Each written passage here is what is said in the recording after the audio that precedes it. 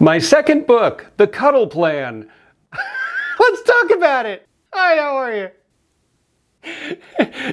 Somebody commented that whenever I start a video, I look like I've been laughing, and I usually have, because it's usually like the 20th take.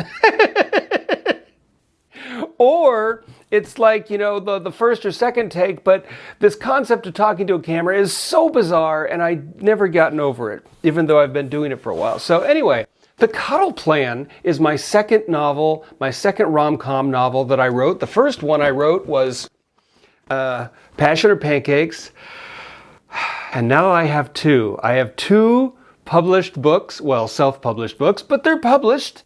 They're available, you can read them, and they're awesome and fun.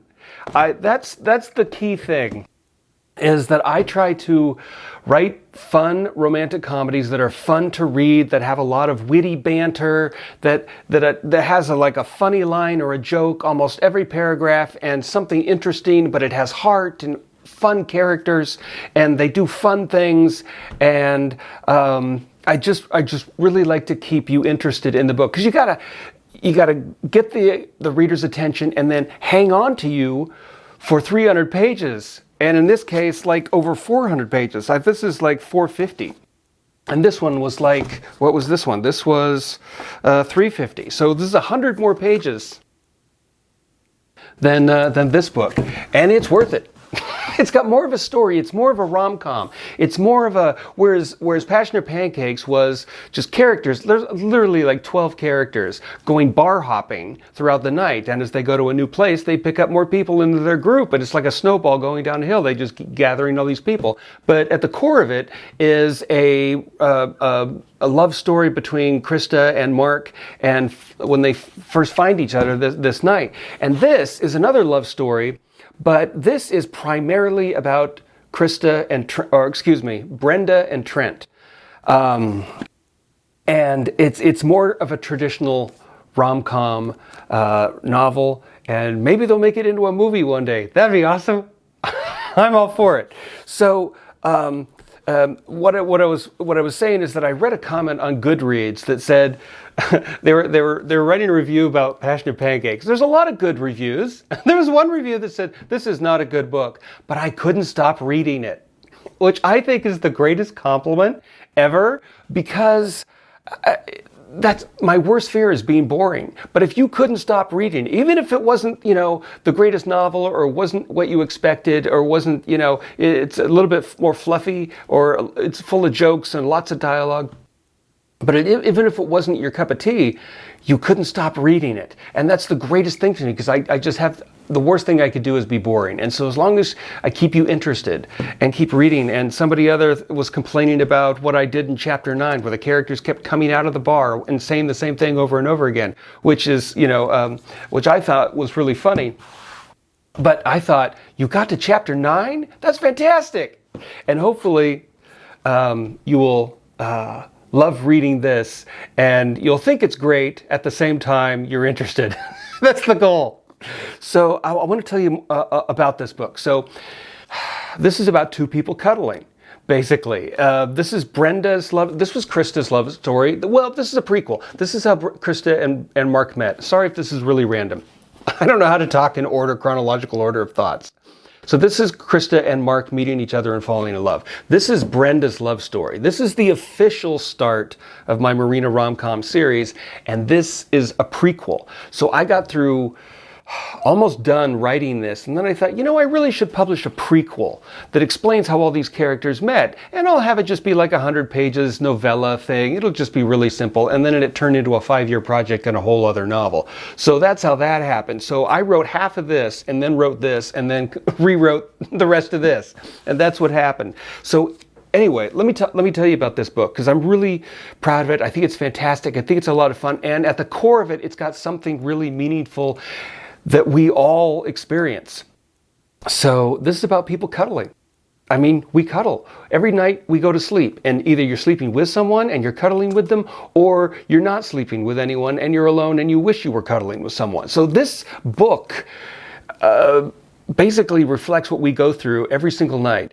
And so I had this thought. I've been writing this book for 13 years. So when I wrote in the author notes in the beginning here, 12 and a half years. But as of right now, it's about 13. And I'm still considering, I can't believe I'm finished.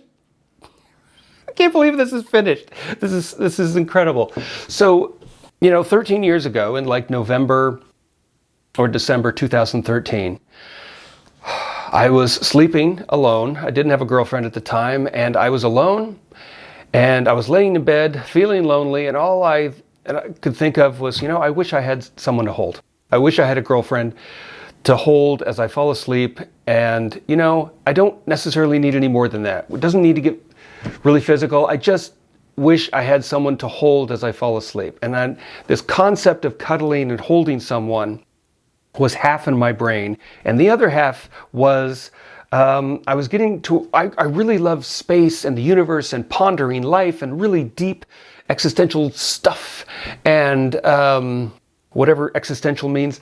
And I got to the point where I was kind of mad at the universe. The universe is vast and huge. Don't worry, I'm going to tie all this together. It's going to be great.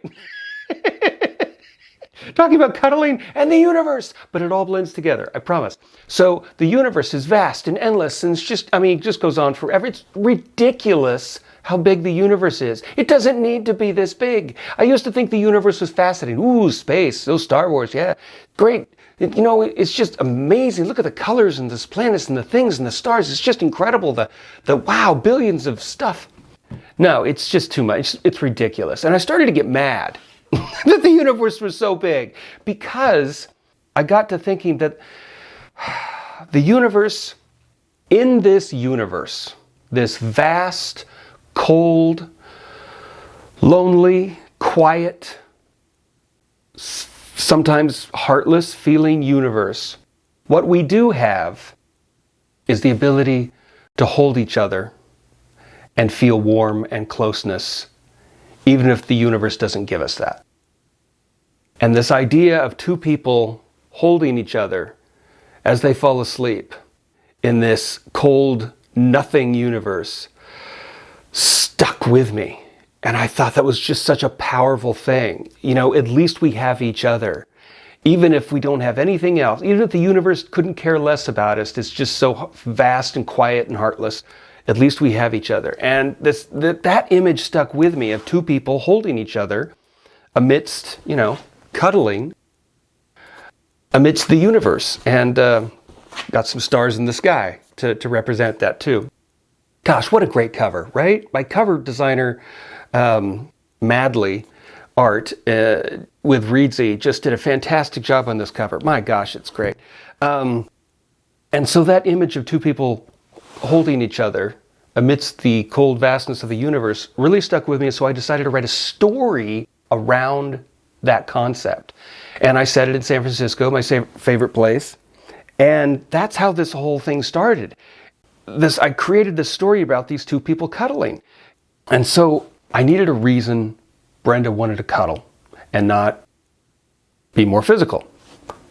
And I came up with the idea that, and I'm not spoiling anything because this happens in the first few pages of the novel in the prologue, is that she finds out her boyfriend is cheating on her. Heartbroken. Then she immediately meets Trent, the love of her life, just totally, of course, this is the love of my life, she thinks. And this is the worst time for it, and I'm not ready for this. And especially this particular week when my friend is getting married, and she's not ready for this, and her heart is still broken, and she doesn't think she could really love again, and she has a huge issue with trust now because she doesn't trust boyfriends. This is not the first time she's been cheated on, but this one was really devastating. She thought he was going to propose, and she sees him kissing his ex-girlfriend. And so her heart is shattered, and so she meets Trent, and she tries to not have a crush on Trent and tries to resist not wanting him. But he's just so awesome that she does want him. She does want to meet him and hang out with him and fall in love with him. But she's just not ready, and she just can't can't trust like that right now. And so they end up, but she's having trouble sleeping during this week because she's having insomnia and she's having these nightmares again and again of her ex-boyfriend kissing his ex-girlfriend. So that's the premise. And so she can't fall asleep and she needs to fall asleep. So she gets her new neighbor, Trent, to cuddle with her each night of the week. And they cuddle through the second act each night. So each night is kind of like repetition. It's kind of like Groundhog Day where the same thing happens over and over again, but it's different every time. So it's a different day of the week. It's another cuddling session, but this time they're more comfortable with each other. They're more friendly. They're talking deeper. They're bantering better. They're having more fun. It's getting more playful. It's getting more sensual. It's getting more steamy in the evenings and in the mornings. And so the cuddling sort of progresses through the week. And so this novel where I had people just bar hopping from bar to bar, and it all happens in one night. This happens in 1 week, and it's mostly about 2 people, Brenda and Trent, and it's more of a love story. Let's just hang out with them. That's why it's kind of more traditional love story or rom-com. And so we just focus on them and their steady progression of getting closer and closer. And one of the things, because I had to do a bunch of research for parts of this, and one of the things I came upon was oxytocin. And when you cuddle, oxytocin is released from somewhere, your brain. I don't know where it's released from. Anyway, this oxytocin flows through you when you feel close to someone and you're hugging someone and you're doing, when you're cuddling. It's called the love brain chemical or whatever. And I should probably know this. This is the core of my book. But anyway, so it really focuses on the oxytocin that's released. And Chris mentions this to her. She thought, oh, well, that'll help me fall asleep. So I had all this oxytocin stuff. This green thing is in the corner. It's bugging me. Somebody gave me a golf mug. Anyway, so oxytocin plays a big part. Brenda has asthma. That's another thing I have to research, and I hope I represented that correctly and probably didn't, and I apologize to anybody who has asthma and reads this book and goes, that's not how asthma works. I apologize. But it needed to function that way from the story, and the really only thing I understand about asthma is watching Leonard on Big Bang Theory. So that was mostly my research, and I apologize, and some Google stuff. And then there was this other thing I had to research, because the whole thing is that what they have in common, Krista and Mark had outdoors in common. They loved to hike and rock climb and be outdoors. Brenda and Trent bond over books. They are bonkers about books. They love books, specifically classic literature. So I had to study classic literature, and I write a lot. I don't necessarily read a lot, so I have not read these classics. I've read The Great Gatsby. I love The Great Gatsby. I've read 50 Shades of Grey, and I've read Interview with a Vampire, but I have not read Tale of Two Cities. I have not read Beowulf and all these classics. I've read Shakespeare and been in some Shakespeare plays, so I know a little bit, but not much. And so I had to have these people, and some Jules Verne I've read. And so I had to, and maybe some Jane Austen wrote Emma. Jane Austen and Jules Verne. So they like these, and they sort of bond over Jane Austen and Jules Verne when they're talking in the first chapter. And then they talk about books, and they do a lot of book banter. And so I had to do research about books. And one of the fascinating things I found out about books is there was this whole thing about Mary Shelley when she wrote Frankenstein. And do you know how Frankenstein was written? There was this ghost story contest with Lord Byron and Percy Shelley and somebody, I think Byron's doctor and Mary Shelley. They all got together in this villa in Switzerland and had a ghost story contest one weekend. And Mary Shelley came up with the Frankenstein story from this ghost story competition. And I think Byron's doctor there, part of the ghost story contest, came up with vampires, which eventually became Dracula, although Bram Stoker wrote Dracula. And so all these major characters came from this one ghost story contest. But if you research further, this happened, they did the ghost story contest in 1816. And it was a very, very cold summer. And if you research further, you find out that a year before that, in 1815, there was a volcano called Mount Tambora that erupted and spread volcanic ash all over the planet and cooled down big parts of the planet, especially in Europe, for like a couple of years. And that's why you have all this ice imagery and snow imagery in the movie, in the book Frankenstein, and I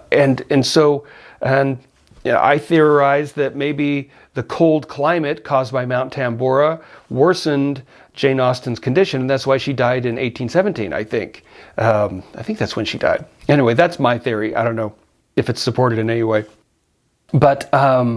So I found out that ghost story contest, and I made that a part of the story. And so all this research became, I like to stuff as much information as I can into stuff, but not make it sound like I did a whole bunch of research and I'm going to teach about it.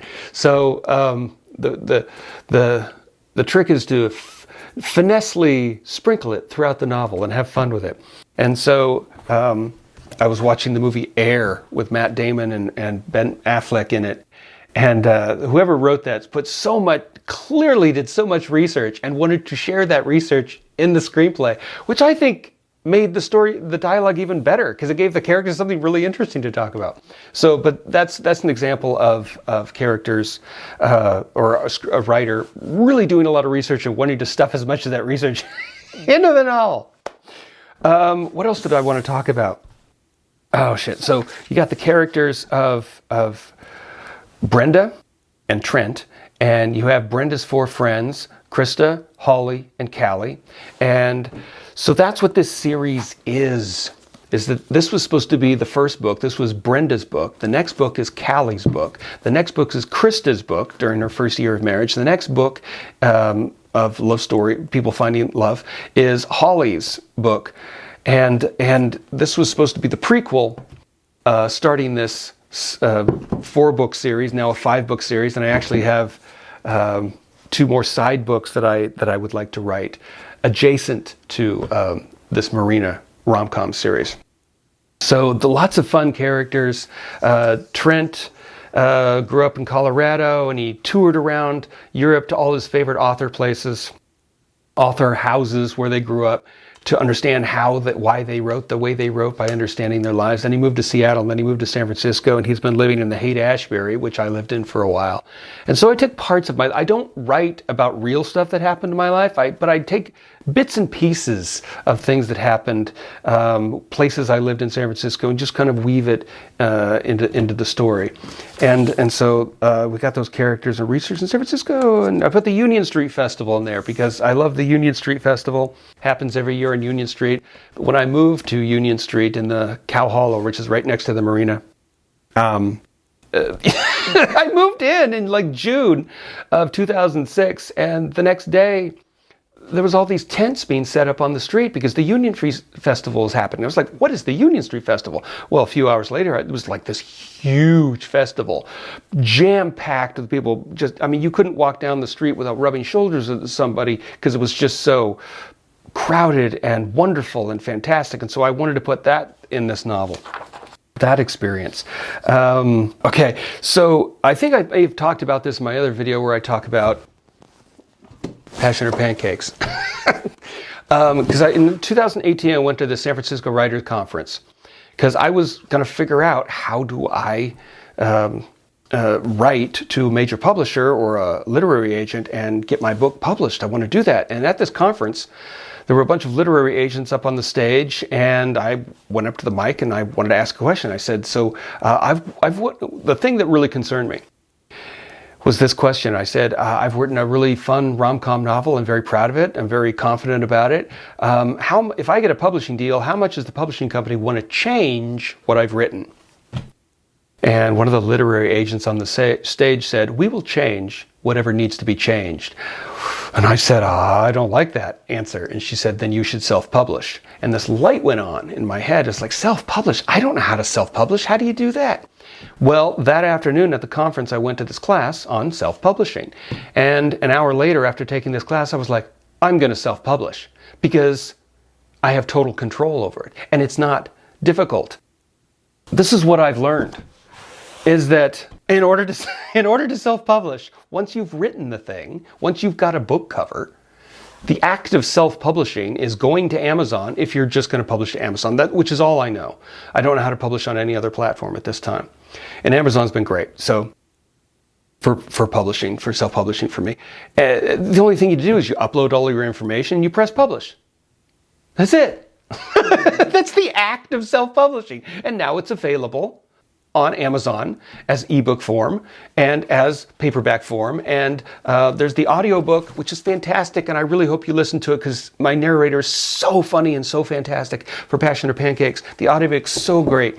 I'm waiting to do the audiobook once I finish the 3 other books in this series. And then I'm going to do all the audiobooks, record them at the same time, and then edit them all at the same time, because editing and making your own audiobook it took me a year. Once we recorded it for 6 months, I had to take another 6 months to edit it all together, and it just was an exhaustive process, and I don't want to go through that again right now. I want to hurry up and finish writing the series. And so I decided to self-publish, and I realized that I could do it.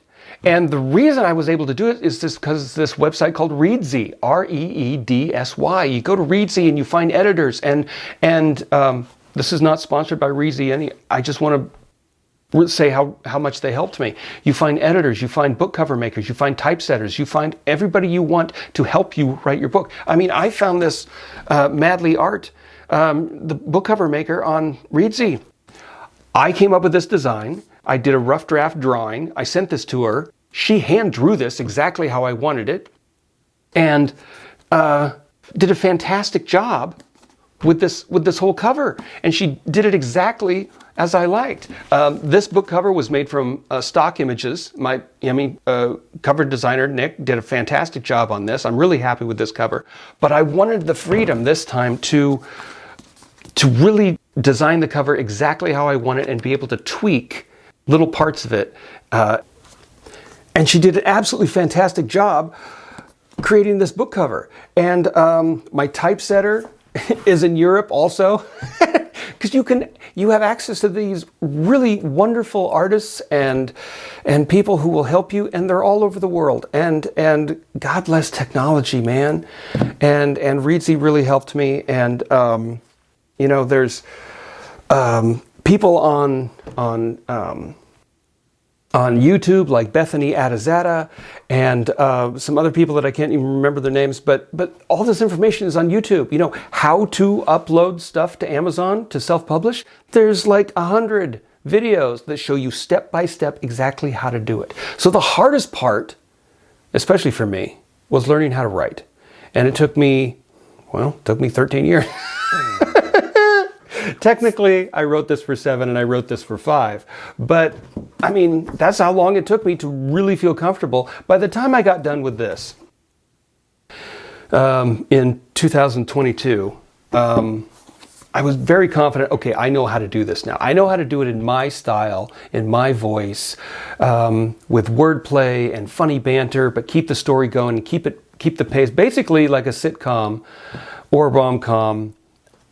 Like a movie, like a TV show, but in the form of a novel. That's my style, because that's what I know. And so if I can make you feel and fall in love and make you laugh at the same time and keep you interested for 400 pages, that's my job.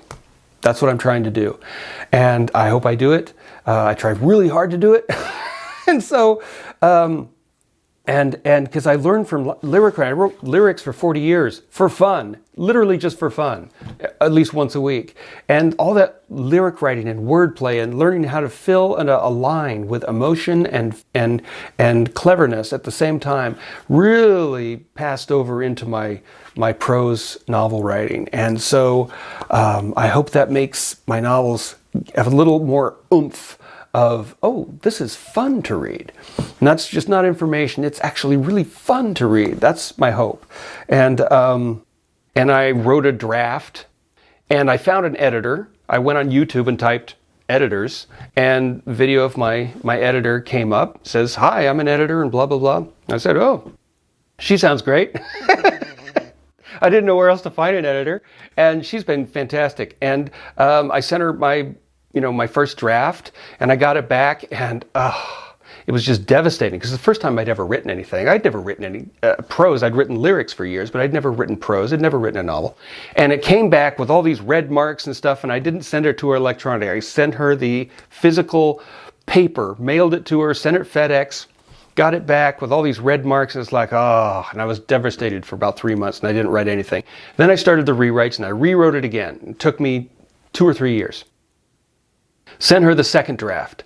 Came back, more revisions, but better. I was getting an understanding of how to write. And one of the biggest things was show, don't tell. I'm over-explaining things. I'm telling what the characters are doing rather than showing what the characters are doing. And the structure of the story wasn't perfect. It wasn't great. But it kept getting better and better and better. And it ended up in this. So I came across these miracles happen. Sorry, this is so random.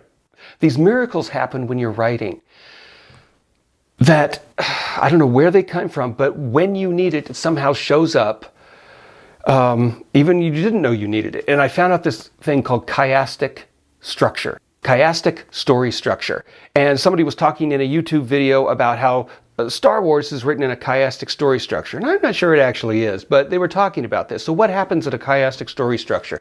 Picture a circle, okay? You've got Act 1, and it's divided into 3 parts. So Act 1 over here, Act 2 at the bottom, Act 3 over here in this circle, okay? Now, whatever happens in the first, or actually cut it in half. This is easier. Cut the circle in half. Here's first half, here's second half. Whatever happens in the first half of the circle happens in reverse in the second half of the circle. You know, you realize you need groceries because you have an empty refrigerator. You get in your car, and drive to the grocery store. You get to the grocery store. You're in the grocery store. That's the midpoint. Then you get back in your car. You drive from the grocery store. You put the groceries in the empty refrigerator. See, everything happened. Refrigerator, refrigerator. Driving, driving. Get to the grocery store. Get to the store. In the grocery store. So everything happened in reverse. And I figured out this story structure. That's great. That's what I need, because I was having so much trouble writing the third act. I didn't know what to write. I had my characters leaving town because Chris and Mark, the reason they're cuddling. Okay, I'm sorry. The reason Brenda, I'll get to this. The reason Brenda's having trouble, needs to cuddle is that she's having trouble sleeping. Okay, that's the whole thing. I needed a reason why she needs to cuddle, and she's having trouble sleeping the week before her best friend's wedding, which is Chris. And Chris met Mark in this novel, and a year later, they get married. Okay, sorry. So in the third act, I had them, because they love nature, they were going off into Napa wine country at some resort and get married, and I didn't know what should happen. And so it was terrible. My third act was terrible and all over the place. But when I realized chiastic structure, I realized, I'll keep them in town and I'll do the exact same thing that happens in Act 1, but in reverse. But different things happen, but they happen at the similar locations. And so it saved me. And it doesn't seem formula, and it doesn't seem, we're going through this again, what we did in the first act. No, it's brand new, but it feels meaningful, and it's unconscious because you don't really know that it's happening again. And so these writer tricks that I've learned, chiastic structure has saved me, and Brenda would love chiastic structure because she's all about organization, and so it seemed appropriate for her novel.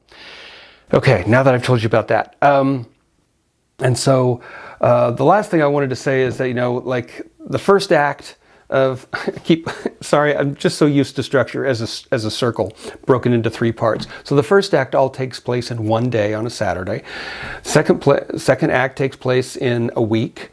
And third act takes place on another Saturday in one day. And so it's that form. I really like to mine a moment. So Passionate Pancakes happened all in one night, basically about 5 hours, the whole novel. I really like the idea, like the movie Margin Call. It's meticulous. Okay, we're going to do this step by step by step, because every moment of this you're learning, and it's actually interesting. If you just stay with these characters and just kind of go on a journey with them, without jumping around, making big cuts from, you know, a week went by or a day went by. No, we're going to stick right with this all afternoon, and then I'm going to take you into the evening, and then they're going to cuddle, and then we're going to do a week, and we're going to mine each night, and then I'm going to mine the whole act of the third act on a Saturday, but it's going to go much faster because things are going wrong, and circumstances and misunderstandings, and suddenly you're racing against time, and because the wedding's about to happen, and it's a really fun baseball wedding. I'm not spoiling anything by saying, because Mark and Krista talk about baseball stuff all the time in Passion or Pancakes, and so they have a baseball themed wedding, which is really fun. And so I like to mine a moment. I like to just get as much, just wring as much emotion and fun and information and story out of a moment, out of one day, and then I'll take you through a week and then go through the next day. Anyway, that's the last thing I wanted to say about that. So is there anything else I wanted to say? I think I covered everything. So if you like cuddling, if you like falling in love, if you like San Francisco, if you like, if you just want if you love to laugh, you want a wonderful romantic comedy, I think I finally wrote a really good one, and I'm very proud of this. And I hope you will read and check out the Cuddle Plan, and certainly it would help me support me in my efforts to have enough money to write the next one and publish that, because editors cost money, and book cover makers and typesetters, and the actual loading it onto Amazon is basically nothing. And so it's free to just load it up onto Amazon, but everything preparing to do that is a lot. It's on ebook and it's on paperback, and it will be on audiobook in a couple of years when I finish the whole series and then record all the audiobooks. But the audiobook for Passion or Pancakes is available now, and I really hope you listen to it because it's a lot of fun. My narrator is so good. She's so funny and brilliant. She literally narrates like 30 different characters in this, and 12 main ones, and her voice is just so wonderful in this, and funny. So I hope you checked out. This is also in paperback and ebook and audiobook. Anyway, the Cuddle Plan. I hope you can keep up with me, because I ramble, but there's so much I want to say, and I'm just dizzy from all of this. It's like I've finally gotten off a 13-year merry-go-round, and I'm just dizzy, and I want to do book promotion, and I want to start my Patreon, and I want to do a whole bunch of other videos for Instagram, but right now I just I gotta get my bearings and figure out where I am right now. And so anyway, I'm just thrilled that this is finally a reality. So I'm very proud. Thank you very much for listening and considering reading my work, and for supporting my work by just watching my videos. And I love you so much. Thank you so much. And I hope you enjoy listening to me and hanging out with me. And anyway, I'll talk to you next week. We'll talk about something fun. All right. Thank you so much. I'll see you next week. I did it! Freaking did it! I published 2 books. Yay!